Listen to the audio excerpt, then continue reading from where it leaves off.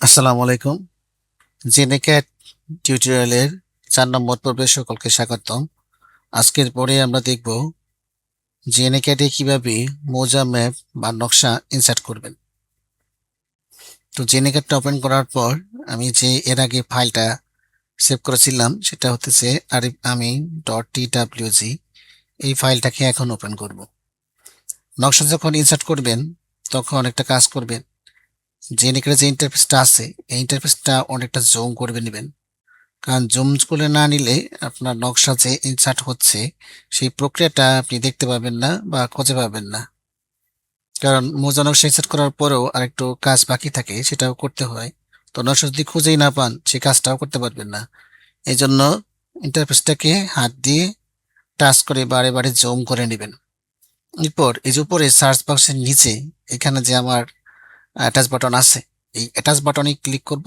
Click করার পর ইমেজে চলে যাব। ইমেজ থেকে আমি যে কোনো একটা মোজা নকশা সিলেক্ট করব। সিলেক্ট করার পরে আমাকে একটা টাচ করতে হবে, এখানে একটা টাচ এবং এখানে একটা টাচ। এই দুইটা টাচ ইন্টারফেসে দেখতে হবে। তারপরে দেখতে পারবেন যেরকম ডট বর্ডার দিয়ে মোজা নকশাটি এখানে ইনসার্ট হচ্ছে এবং এখানে পার্সেন্টেজ দেখাতেছে। যেমন ধরেন এখানে পার্সেন্টেজ দেখাইতেছে 42%। এটা 100% প্রথমে হবে এবং এরপরে আবারও 100% হবে। আমরা একটু ওয়েট করি, নকশাটা ইনসার্ট হচ্ছে। 100% হয়ে যাওয়ার পর এটা আবারও লোড হচ্ছে। আপনার ফাইলের সাইজ যদি ভেরি এইচডি কোয়ালিটি থাকে তাহলে এভাবে একটু লোড নেবে। আর যদি ফাইলের রেজলিউশন এবং সাইজ একটু কম থাকে বা আপনার মোজা নকশার কোয়ালিটি যদি একটু খারাপ হয় তাহলে এটা এক্সপেন্সিভ হয়ে যায়। যেহেতু এটা এইচডি কোয়ালিটির একটি ইমেজ, এই জন্য আমাদের একটু সময় লাগবে। এখানে 50% অলরেডি হয়ে গেছে। তো একটু পরেই এটা 100% হবে এবং আমরা ইন্টারফেসে এই মোজা নকশাটি এখন দেখতে পাবো। 70% হয়েছে, 74% হয়ে গেছে। আচ্ছা, 100% এর বেশ কাছাকাছি আছে এখন, 98, 99 এবং 100% হয়ে গেছে। এখন দেখেন এই মোজা নকশাটা হইতেছে, তো 16 ইঞ্চি সমান 1 মাইলের মোজা নকশা হলে আমাদের 1 ইঞ্চি সমান লিখতে হয় 3960। ঠিক আছে, তো এটা বসানোর জন্য কি করবেন, প্রথমে এই মোজা নকশাটিকে সিলেক্ট করবেন।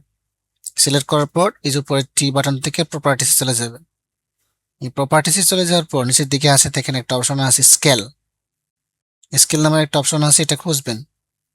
এই যে এখানে দেখেন স্কেল সমান 1 দেওয়া আছে।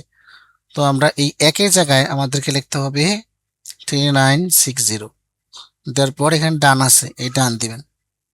ডান দেওয়ার পর ক্রস বাটন চেপে আমরা এখান থেকে বের হয়ে আসব। এখন দেখেন আমাদের মোজা নকশাটা কিন্তু অনেক বড় হয়ে গেছে এবং সঠিক ডাইমেনশন এবং স্কেলে এটা কনভার্ট হয়েছে। তো এখন এখানে আমরা জানি যে 16 ইঞ্চি সমান 1 পাল স্কেলের নকশায় এই যে 2 ইঞ্চি পরিমাণ গান্টার স্কেলটা এখানে দেখতে পাচ্ছেন, এর মান হবে 660 ফিট। যদি 660 না পাওয়া যায় তাহলে এটার রেঞ্জ আছে। যেমন ধরেন এইখান থেকে এখানে 2 ইঞ্চি পরিমাণ জায়গায় যদি আপনার মান 640 থেকে 660 এর ভিতরে থাকে তাহলে আপনি মেজারমেন্ট করতে পারবেন আর আপনার মোজা নকশাটাকে ঠিক আছে বলে ধরে নিতে পারবেন। এখন আমরা এখান থেকে এই পর্যন্ত আমরা মেপে দেখব যে এখানে মোট কত ডিগ্রির মান আছে। আচ্ছা, আমরা একটু এই দিকে এটা নিয়ে নিই। এখন দেখেন যে আমার এখানে মান কত আছে।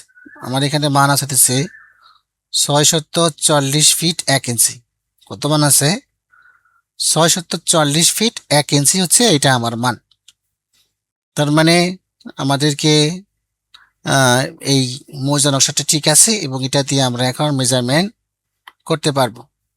তো এভাবেই আপনারা জেনেকা দিয়ে মোজা নকশা ইনসার্ট করবেন এবং মোজা নকশার স্কেল ঠিক করতে পারবেন এবং এটি মেজারমেন্ট ঠিক আছে কিনা, মাপ পরিমাপ ঠিক আছে কিনা সেটাও চেক করতে পারবেন। ধন্যবাদ সকলকে। আগামী টিউটোরিয়ালে আমরা 33 ইঞ্চি, 64 ইঞ্চি এবং 80 ইঞ্চি নকশাগুলোকে ইনসার্ট করব এবং তাদের স্কেল ঠিক করব। ধন্যবাদ সবাইকে, দেখার আমন্ত্রণ রইল।